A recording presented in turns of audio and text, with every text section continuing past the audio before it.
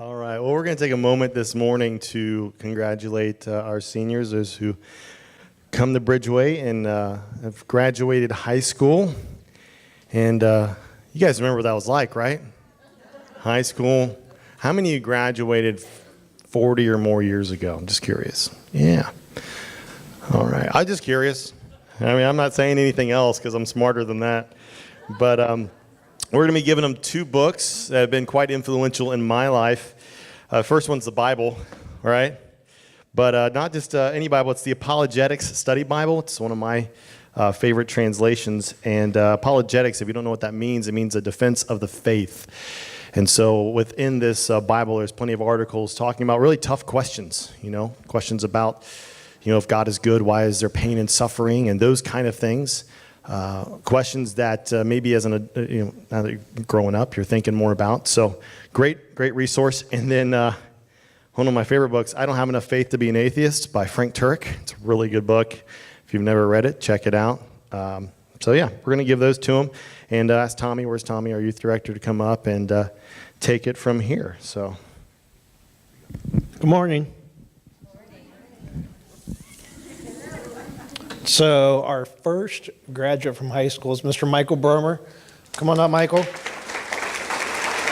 Michael said he's taking a year off, and then he's going to go to UC Claremont to study criminal justice.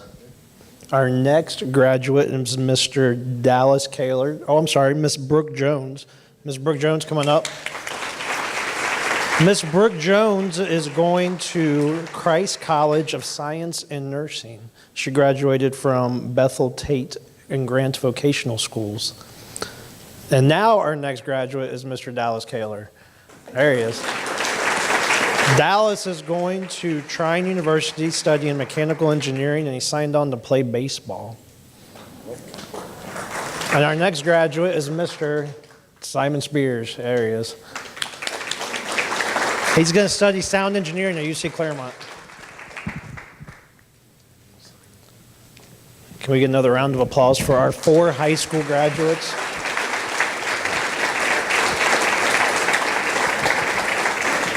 And now if we could get everybody bow our heads, we're going to say a prayer for you guys.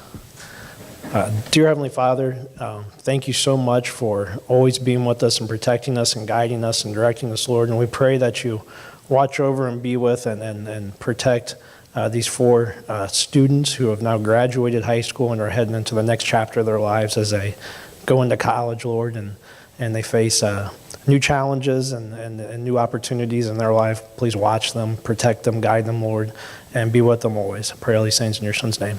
Amen. You guys can be seated. Thank you, Tommy. Congratulations, graduates. Real quick, I forgot to mention, so we don't have bulletins today. Yeah, I know. I'm just playing. We really don't, but that's all right. If you're new, generally what we have you do is fill out a communication card, which is attached to the bulletin. But since we don't have bulletins today, at the New Here table, there's some tablets. You can put your information in there. And so for every guest that we get information from, we donate $10 on your behalf to a Child's Hope International. It's a ministry we partner with. And that $10 will feed 1 kid for a month. So that's all you got to do. Stop by there after service and fill that information out. All right, so last week we talked about faith and what that looks like. That faith means that there's not always a guarantee that you can have control or you can have faith, but you can't have both. And there's some scary steps that we need to take, but we take them nonetheless, because that's the adventure of our Christianity. And today we're going to talk about the other side of that, where we have faith, but we also have works that demonstrate that we believe. James said faith without works is dead faith. And so we're not saved by our works. We know that. We're saved by faith, grace through faith.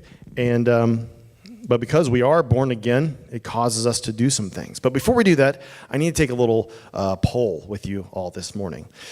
So at my house, we play some different games.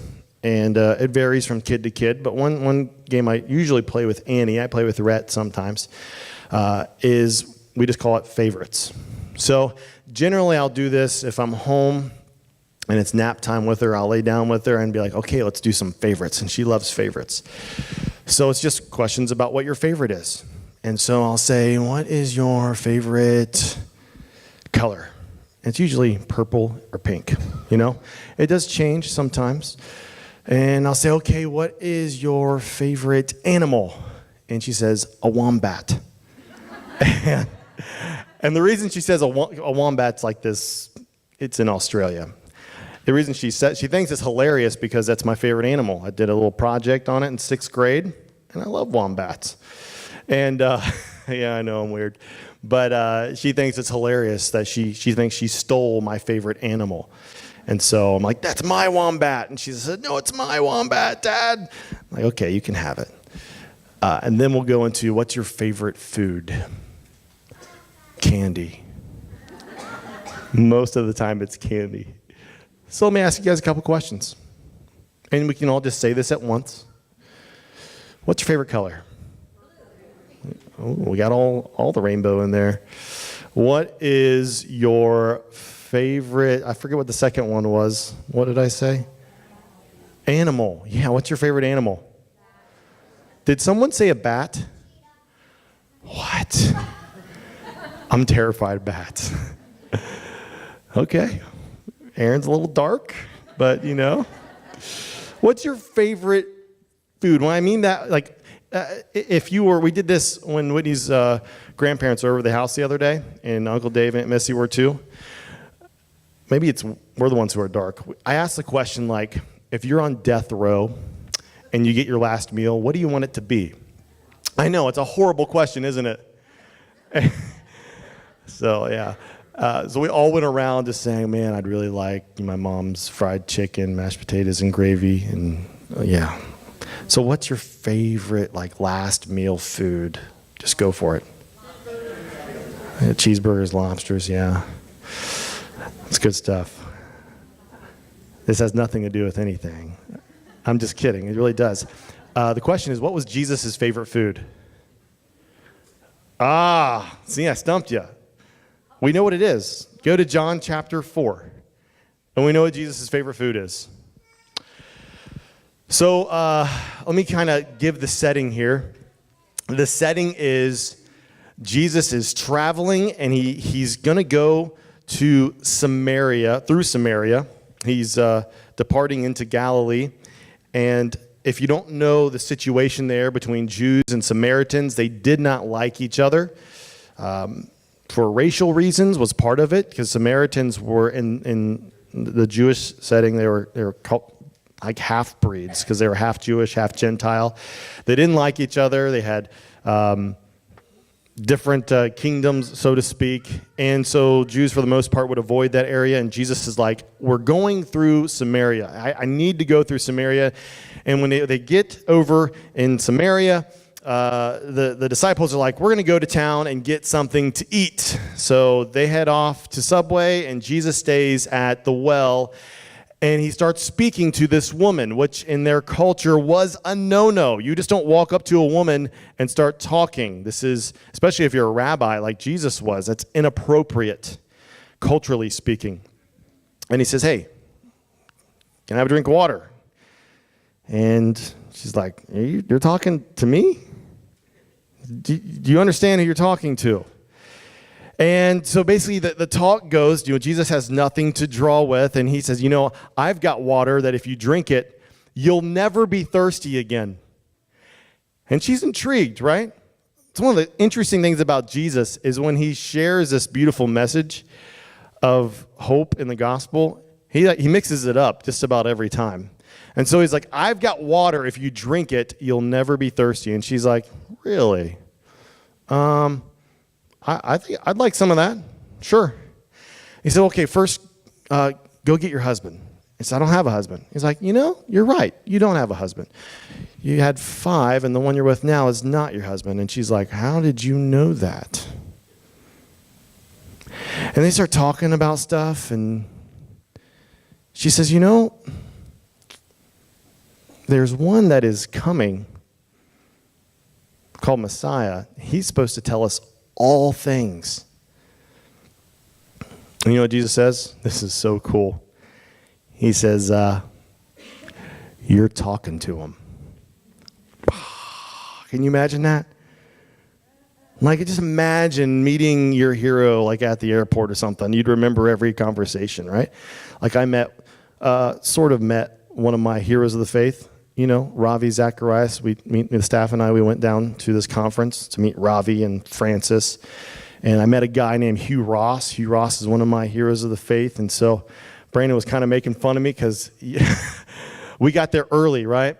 Because we wanted a good seat. And here comes Hugh Ross. I'm like, it's Hugh Ross. You guys probably have no idea who Hugh Ross is. You got to look him up. So Brandon's like, you looked like you're meeting the Backstreet Boys or something, and you're a girl in the 90s, Like, it's Hugh Ross. Let's talk about the age of the earth, Hugh, and all this stuff, and just really cool conversation. But can you imagine being in this woman's situation? She knows about Messiah. And Jesus is like, you're talking to him. Wow. And this woman becomes all in for Jesus. And so we pick up this story about when the disciples, remember where they were? Remember they were at Subway getting some $5 footlongs and heading back. And this is where we pick it up. In John 4. In the meantime, his disciples urged him, saying, Rabbi, eat. But he said to them, I have food to eat of which you do not know. Therefore, the disciples said to one another, has anyone brought him anything to eat? All right, we went down to the drive-thru and somebody else got Jesus something to eat. Jesus said to them, my food is to do the will of him who sent me and to finish his work. Do you not say, there are 4 months still, and then comes the harvest? Behold, I say to you, lift up your eyes, look at the fields, for they are already white for harvest. He says, my food. So let's just pause on that right there. There's 2 words, my food. We think of food, it's something that, in a sense, our life does revolve a little bit around, because we wake up in the morning and our body's telling us, I need some nourishment. We have a lunch break and you plan for dinner, and depending on what dinner is, sometimes you're really excited, sometimes you're like, I guess I'll eat it, especially if you're like on a diet, but you're like, okay, but we plan for this, we need it, we enjoy it, it sustains us, and Jesus is saying, you want to know what sustains me, what is my everything? Something I do daily? My food is to do the work of him who sent me, to do his will, to finish his work. Now, we are followers of Jesus. Most of us, I don't know everybody's faith in here. Most of us are followers of Jesus. We want to follow in his footsteps. So our favorite food, spiritually speaking, should be to do his will, right? I mean, that should be like no-brainer. To do the will of the one who we call our Savior. That should be on our mind every day. It should be our nourishment. Something we consume and we just have to do. But we also have a problem of selfishness. By nature, we're selfish creatures, aren't we? Like, if you ever had a 2-year-old in your life, you know what selfishness looks like, right? And they're born that way. We are all born that way. Selfish creatures. It's in there and needs to be trained and fixed. And so, as believers, we have some selfish tendencies that make things more about us than God. And we struggle against that. That's why Paul was saying, the things I want to do, I'm not doing.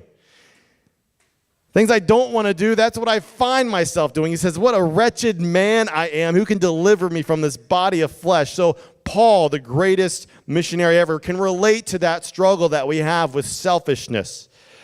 Our food, our nourishment, our everything, do the will of God. But my flesh, man, it's annoying. What is Bridgeway's food?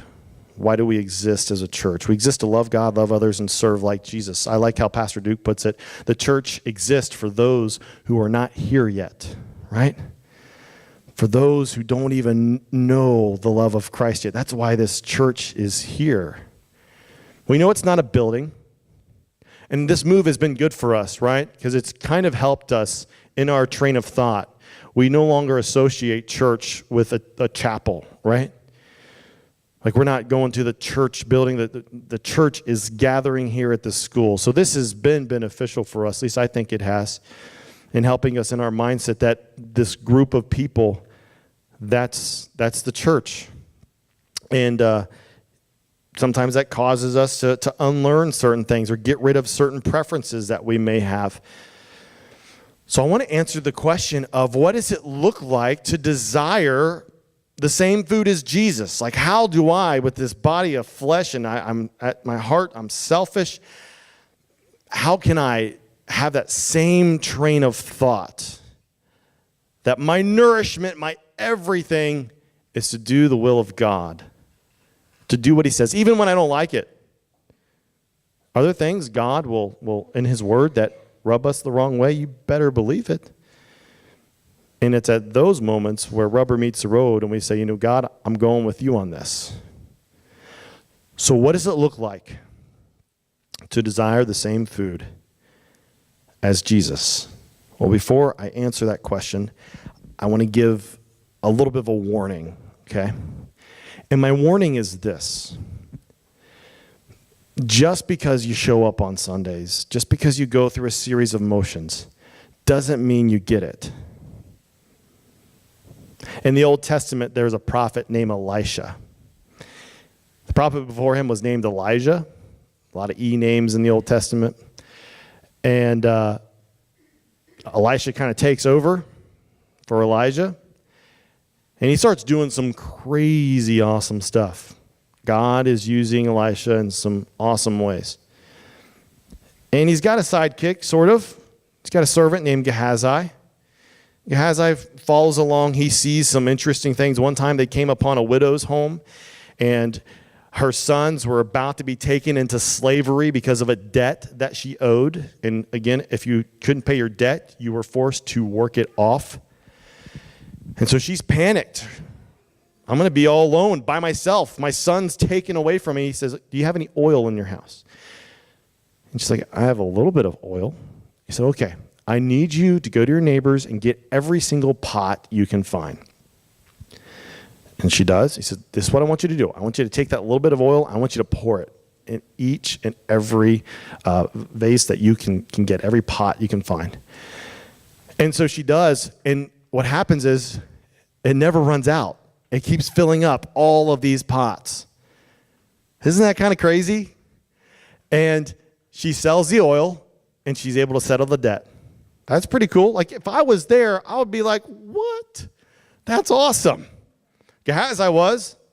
It's like, well, that's interesting. That's very cool. He raised a dead kid one time. That's pretty neat, all right? He literally crashes a funeral.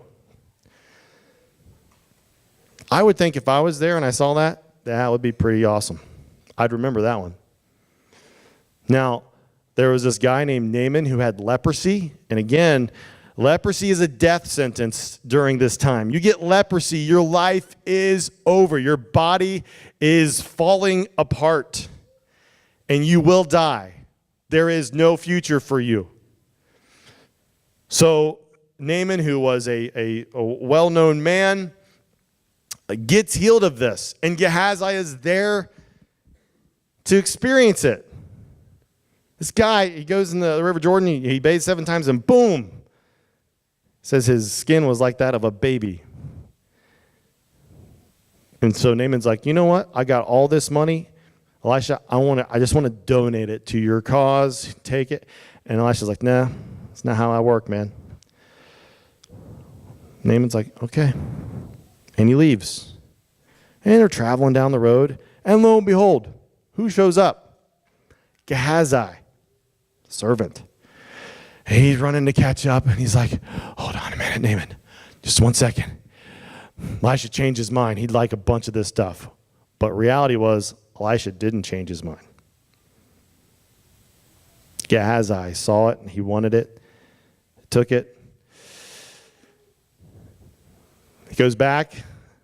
Elisha knows what's going on, and he says, Gehazi, this leprosy that was on Naaman is now on you. That's the end of Gehazi. Why am I saying all this?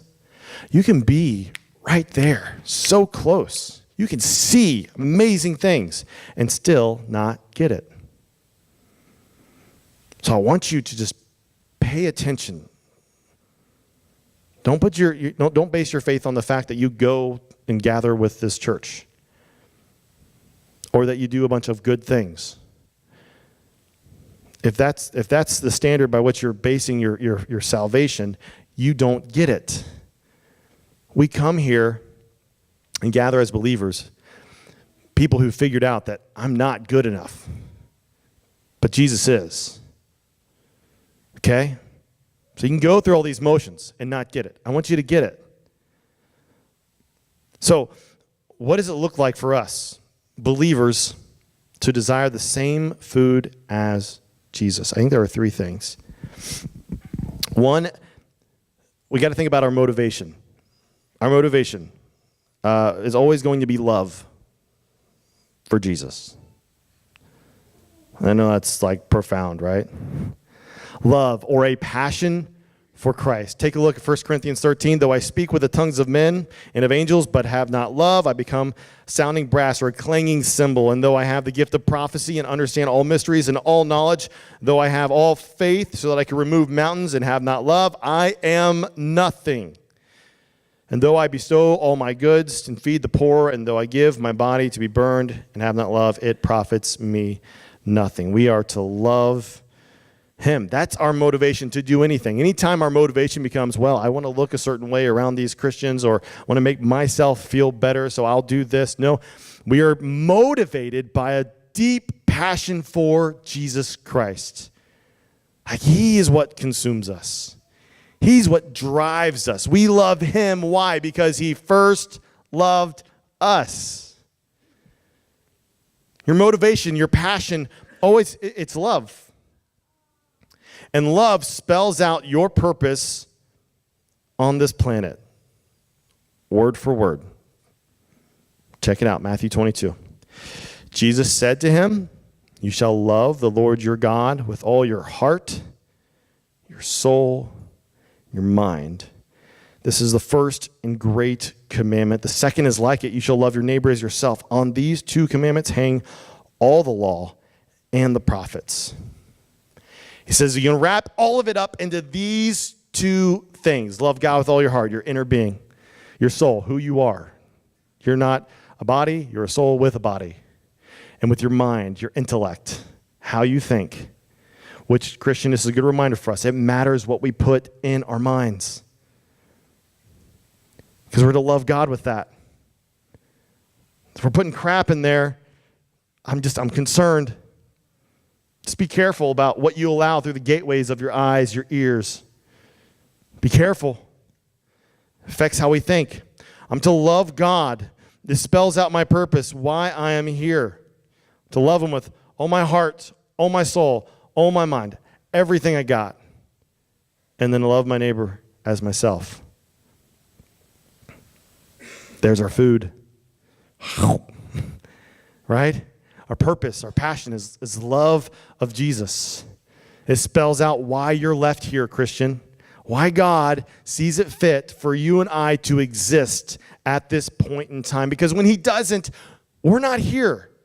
I know we kind of get this maybe unconscious pride that we're guaranteed tomorrow when we're not. My purpose is spelled out in what Jesus has just said. I'm still drawing breath because God allows me to. Which means He's not finished with me yet. He's not done with me. He's not done with you. Christian, He's not done with you. You wake up tomorrow. See, I take it for granted way too much.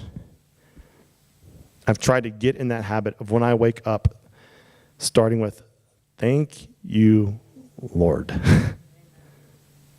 And okay, I've got one day. Let's see what we can do. This is the small window that I get. Because we're so easily distracted to think about our plans a week from now. There are people who are going to die today who had plans tomorrow. And it's okay to have plans. But we got to be self-aware. And I think this self-awareness is going to, it'll affect how you are in everyday conversations and where you're going and what you're doing.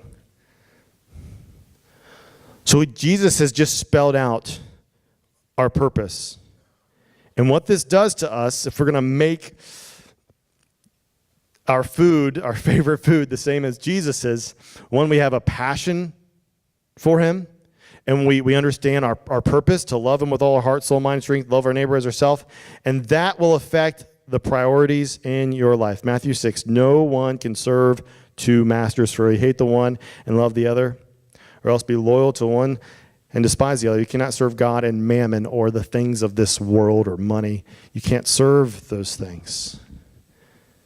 Like, you make a decision there. Our priorities are to be filtered through our purpose, which is to love God with all my heart, soul, mind, and strength. That'll affect the priorities in your life. No matter what stage of life you're in. If you're an empty nester, this aligns your priorities. And in fact, for those of you who are empty nesters, there is a responsibility on your shoulders. There really is. And that responsibility does fall towards us younger folk, because you've lived life. And you have wisdom to share. And if you're keeping it to yourself, it's not going to be very useful. God is not finished with you yet. I mean, he started using Moses when he was 80, right? Man, think about that. Moses takes a Geritol in the morning, and he's going out to shepherd. God's like, gets this burning bush going. And Moses like, me? Really? And your purpose spells out your priorities. For me, in my stage of life, it's a busy time. Not that other stages aren't busy, but you remember what it was like having small kids at home, and you have this running that you've got to do, and there's just, days go by really fast. Your purpose spells out your priorities. You know, I posted this yesterday. It's just something that's been on my heart. And it was about sports and stuff like that, you know, not letting them get in the way of what's important. And I'm all for sports. I love sports. I still play soccer. I still try to play soccer. It's a better way to put it. Many times after I preach in the fall, I leave here and go straight to the soccer field because the Lightning Cheetahs are going to try to win, you know? There's a lot of great lessons to be learned in sports. You learn how to work with those who are different from you, that maybe you don't agree with, but you have a common cause you're trying to achieve. So you have to get over conflict that you have. So you learn teamwork, you learn brotherhood. One of the first things we do in our soccer practice is we sit down, we say, look at that guy next to you. That's your brother, your cheetah brother. And so we don't talk bad about each other. We don't stab each other in the back. In fact, we have each other's back. Like, we got this. So we want to work together as a unit. It's just, it's dangerous to go from allowing something to occasionally get in the way to consistently get in the way. And what I mean by that is a couple weeks ago we had a baby dedication, right? And part of the reason of a baby dedication is to stand up here and to say, I'm going to do everything I can to raise this kid for Jesus. And the church is saying, hey, we're going to do everything we can to help you. And when we stand up here, this isn't a joke, you know? This isn't just some formal thing we're going through. I'm dead serious about this. I'm going to do everything I can. And I don't want my children growing up thinking they can just drop Jesus' bride at the drop of a hat. Like, it's not that important. I've got this to do. I got that to do. Boom, boom, boom. I understand the occasion not being here. I mean, I get that. There are going to be Sundays I'm not here and I'm the preacher, right? We have several people on vacation today. Yes, take time of rest. But when you're consistently neglecting the body of Christ, you're sending a message to your children. Now, I'm just speaking to my generation. You're sending a message to your children that this isn't that big of a deal. It's something we do occasionally. Yeah, there's hard decisions you have to make in that. There are. There were times growing up we missed games. What did the team do without you? I probably lost because us Cunninghams were pretty good. My dad was setting a precedent. My mom and dad were setting a precedent that this is important. But I go to church every Sunday, Dad. There's a reason for that. This isn't just some routine that we do. We gather with other believers because we love Jesus. And if you love Jesus, you know what else you're going to love? His bride, the church. I can remember my dad, I missed a Sunday for a soccer tournament one time. And it was one of those occasions, I guess you could say. And I remember, like a year later, I'm like, Dad, why do you let me do that? I think I was 17 or 18 at the time. And again, this is an occasion. That's why it was kind of rare to me. Like, why did you let me do that? He said, son, he said, all these years, and if you hadn't got the message, then maybe I messed up. He said, yeah, I let you go once. Does that mean you should go for 3 months? No. There were occasions, but the point my dad was making to me was, you know overall what's important, don't you? You know overall what's important, don't you? And I did because my parents made it a priority. And it's not a popular message today because I think it's almost like I'm attacking someone else's God, dare I say. And I want, next Sunday, I'm jetting out of here. Like, I'm not going to stay and talk to you guys. And I love you. But I got a ballet recital to be at, and I'm not missing that. And it starts at noon. I might preach short next Sunday. But we're still going to gather. Because I love Jesus. I love his church. I want to make sure my kids know. There may be occasions. But they will know. This gathering of believers is a priority. It's a priority. Because if you don't treat it like it's a priority, do not be shocked when your kids grow up and they don't either. It's the truth. So I'm going to err on the side of my kids understanding the importance of gathering with their faith family. But man, what if they're really good at a sport and they could go pro or something? Well, the likelihood of that happening is not very good. And ultimately, my goal for my kids, they might be pro in something and play for the Steelers. That'd be sweet. But we don't play football, so maybe FC Cincinnati would have to be it. But that's not my goal for my kids. My goal for my kids isn't to be a CEO or a teacher or electrical engineer. Or, all those things are fine things. They're not bad things. You know what the goal is for my kids? And you're like, well, you're just saying this because you're the preacher. I'm taking my preacher hat off, okay? I'm just a follower of Jesus. I want my kids to be godly people. What they do as a career, secondary. I want them to be people who love God and they love other people. And I feel like they're growing and out of the house, and I could sit back and say what the Apostle John said. He said, I have no greater joy than to hear that my children walk in truth. Man, I want that. So what do I need to do? I need to make truth a priority. Jesus is the way, the truth, and the life, which means I need to make Jesus priority. And if I make Jesus priority, I'm going to make his church a priority. See how it all connects? Your purpose spells out your priorities. Our priorities will get challenged because we have this flesh. We have this idea of what we want to do. And there are times where we need to take a step back and say, you know what? This is a good thing, but it's going to get in the way of a great thing. Bye-bye, good thing. I know I'm just harping on sports and hobbies, but there are other areas of life we can do this in. I know I'm doing this one about meeting on Sundays, but this can affect any other day of the week as well, and how you interact with your children or grandchildren when it comes to faith. I'm not saying this because I want to make sure everybody gets here so we can set some attendance goal. We don't do that. I'm doing this because I want us to be a faithful group of people. However large that is, it's up to God how big the church gets. I want us to be a faithful group of people.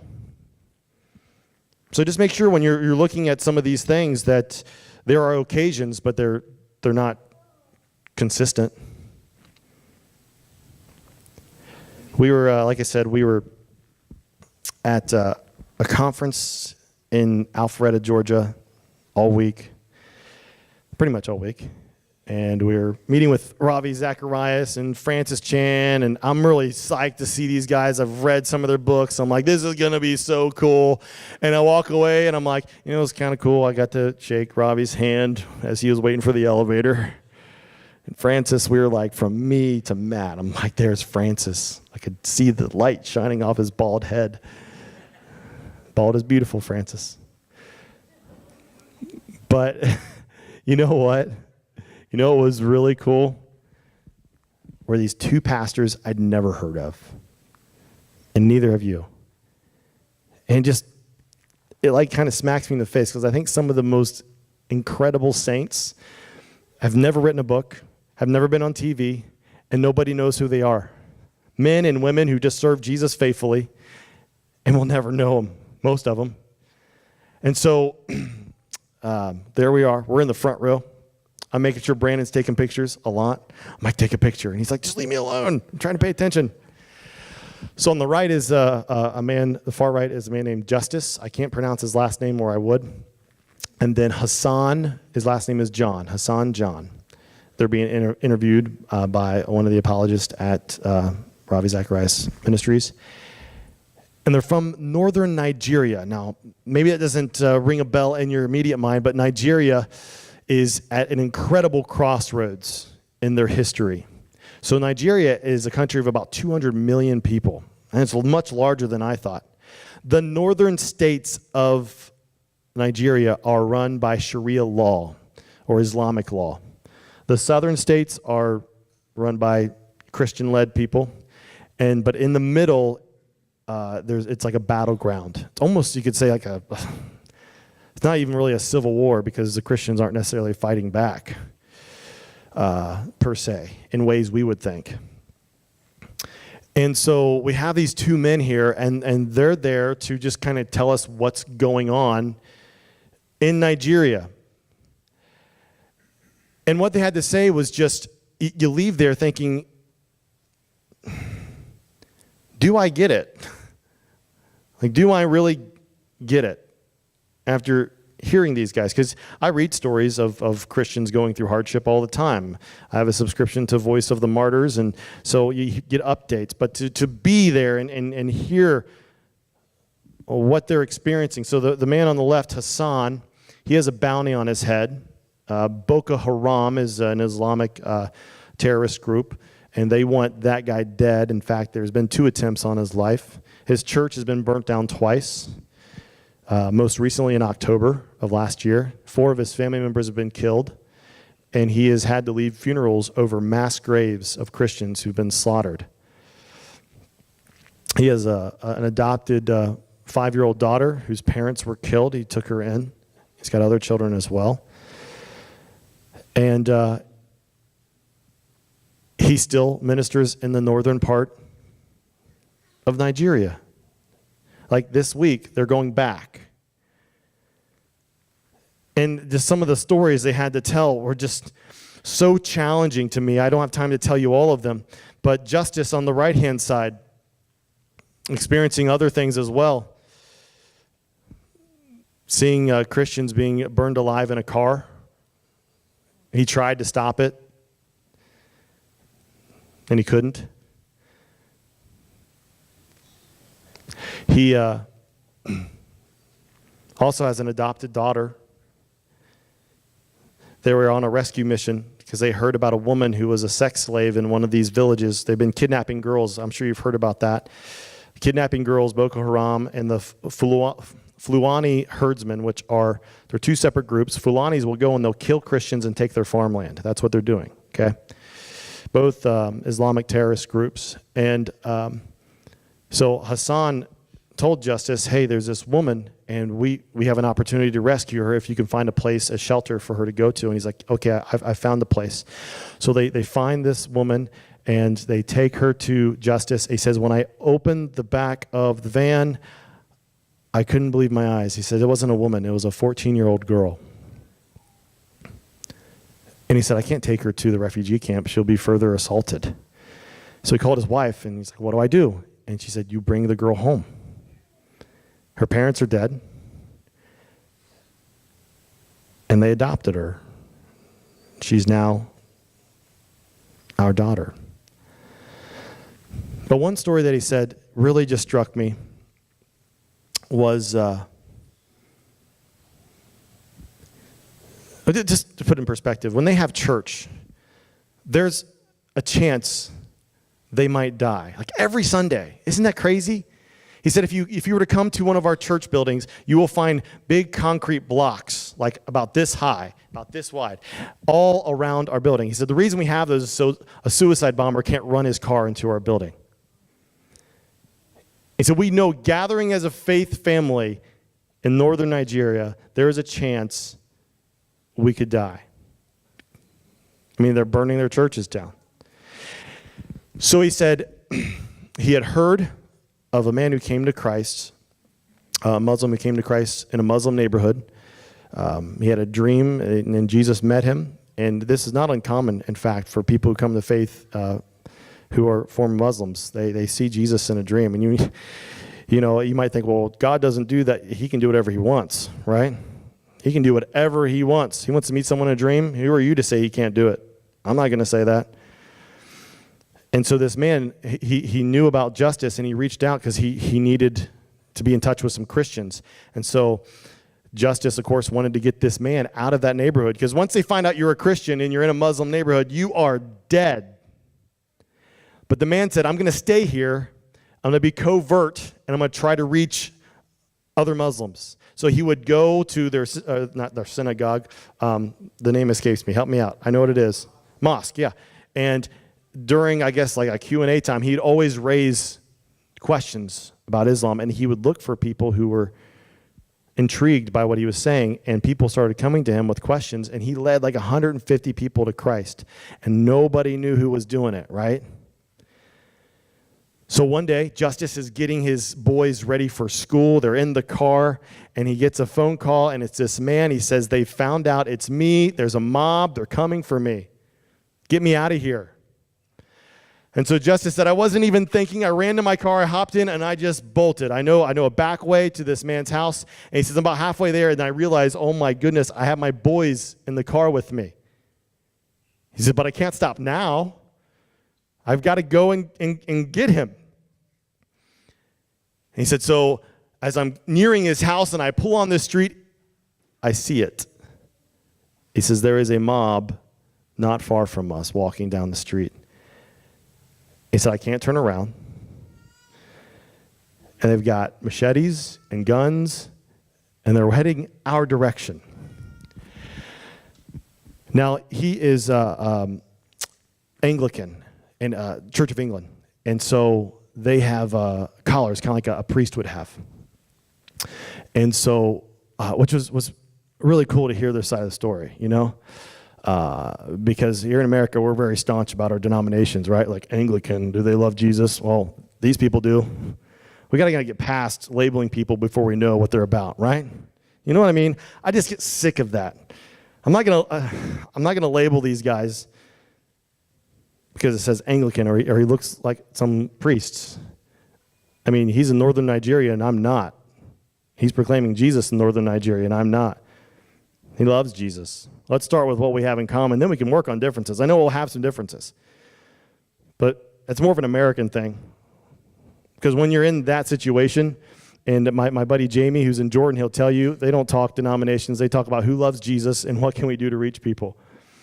That's where I'm going to start. Enough of that other stuff. Anyways, so he has his collar on, that white collar, and they're playing Christian music. And he's like, okay, if they see my collar, we are dead. Now, as a father, you want to protect your kids, right? Yeah, you better believe it. And so what he does is he turns down the music and he starts taking his collar off. And his son turns to him. He says, what are you doing, Father?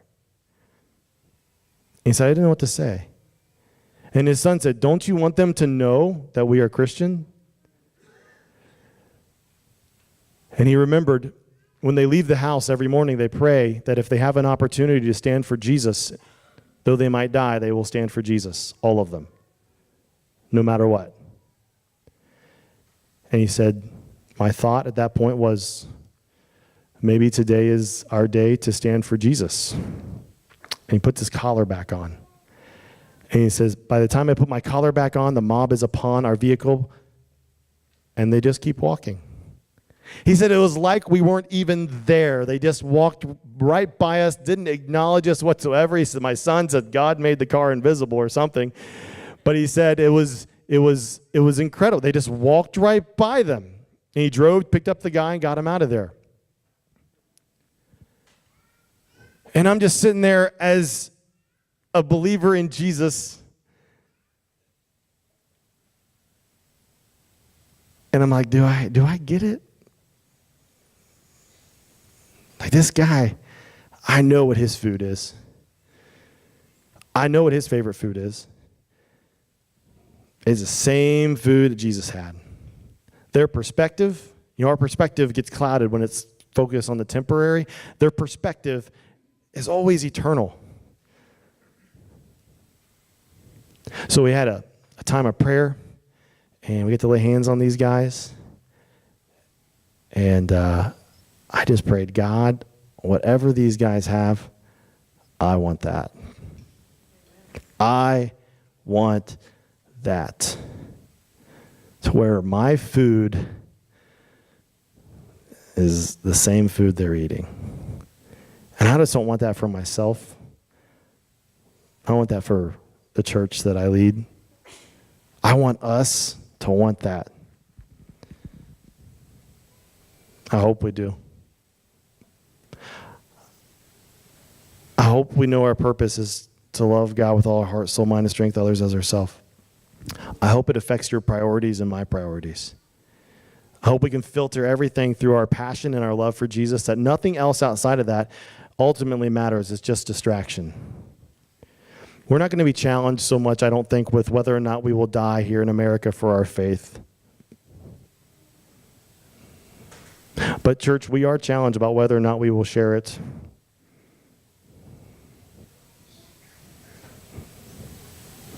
That should be our food, to share it with everything we got. So what I want us to do is I want us to pray and ask God to change our appetite. Blessed are those who hunger and thirst for righteousness. I'm going to beg God, change my appetite. It's not what it needs to be. I mean, I'm standing up here. I'm your pastor, right? Your spiritual leader. My appetite's not right. I've been doing some repenting the past couple days. It's not right. So maybe, I don't know if you need to today. Maybe your appetite's great, and it might be, and I'm not trying to say where you're at. I'm just saying I need to talk to God about that. Maybe you do too. So let's do it. Let's bow together.